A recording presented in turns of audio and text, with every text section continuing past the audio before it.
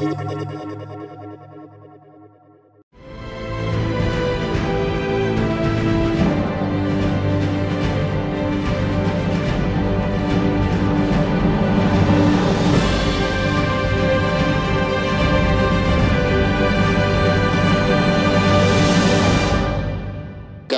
the time when people had the right to choose and vote. And with this, I'm giving the floor Jean-Louis Bianco, the Deputy of the National Assembly of France, Minister many times of the French government, member of the presidential administration, and France is a country with a fairly complicated constitutional system with complicated relationship between the parliament and president. Thank you very much.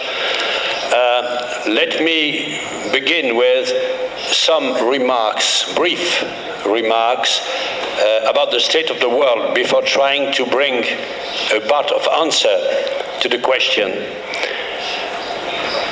First point, we live in a new time, in a new period, because of a kind of globalization unprecedented in the world history, mobility of capital and reduction of transport costs.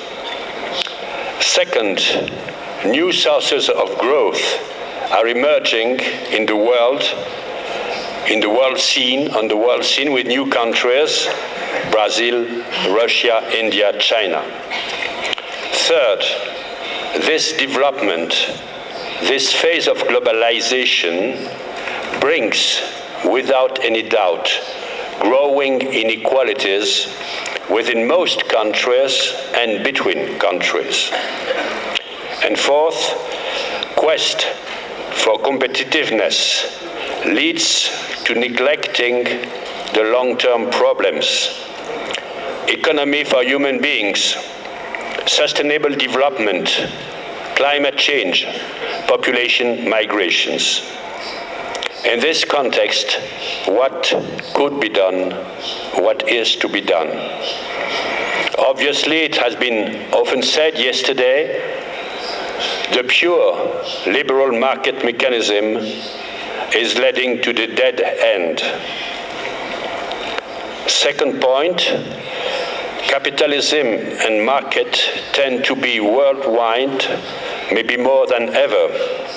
For this reason, we need a worldwide political regulation, which has been attempted with a limited success through G8 and G20.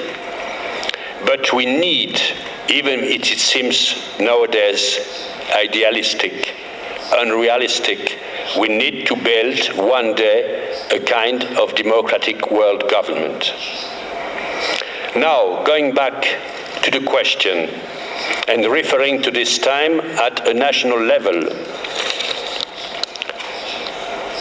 I believe we should try to find equilibriums, balances, forces at fourth levels. First, equilibrium balance between economic power and political power, which implies a degree of independence of the political power from the economic power and a strong political will to use it.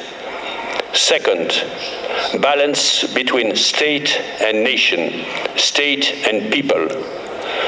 Nowadays, and I find this fascinating, there are less and less countries in the world, even non-democratic ones, where decision can be made without considering people's judgment and without possibly convincing them. Third, balance, which again means real possibilities of a democratic choice between economic efficiency and social justice. I personally believe, as some speakers, many speakers said yesterday, that social justice nowadays is a prerequisite, is a condition for economic efficiency. Fourth, balance of powers inside the economy, particularly inside the firm, inside the company. Owners, lenders, management, workers, consumers, local authorities. Does all this mean, as we heard yesterday, social democracy? Possibly. Even if the historical context of social democracy is different, as you know. Social democracy usually goes along with strong trade unions and a cultural and personal connection between trade union and social democratic party. It's mainly the North European model. Inside Western Europe, social democracy, more generally the leftist, is confronted with a very difficult problem of keeping, adapting, developing a social model of guarantees and justice, of rights and duties in an open world of competition. To a certain extent, it is the same in Central and Eastern Europe, with two additional difficulties. How do we free ourselves from the marriage of the past society?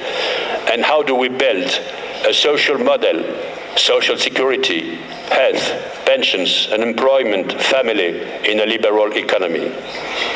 All these raises much more questions than it brings answers.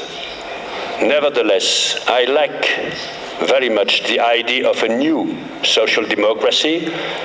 It gives a name, an horizon, a meaning to our efforts, wishes, and hopes. Thank you.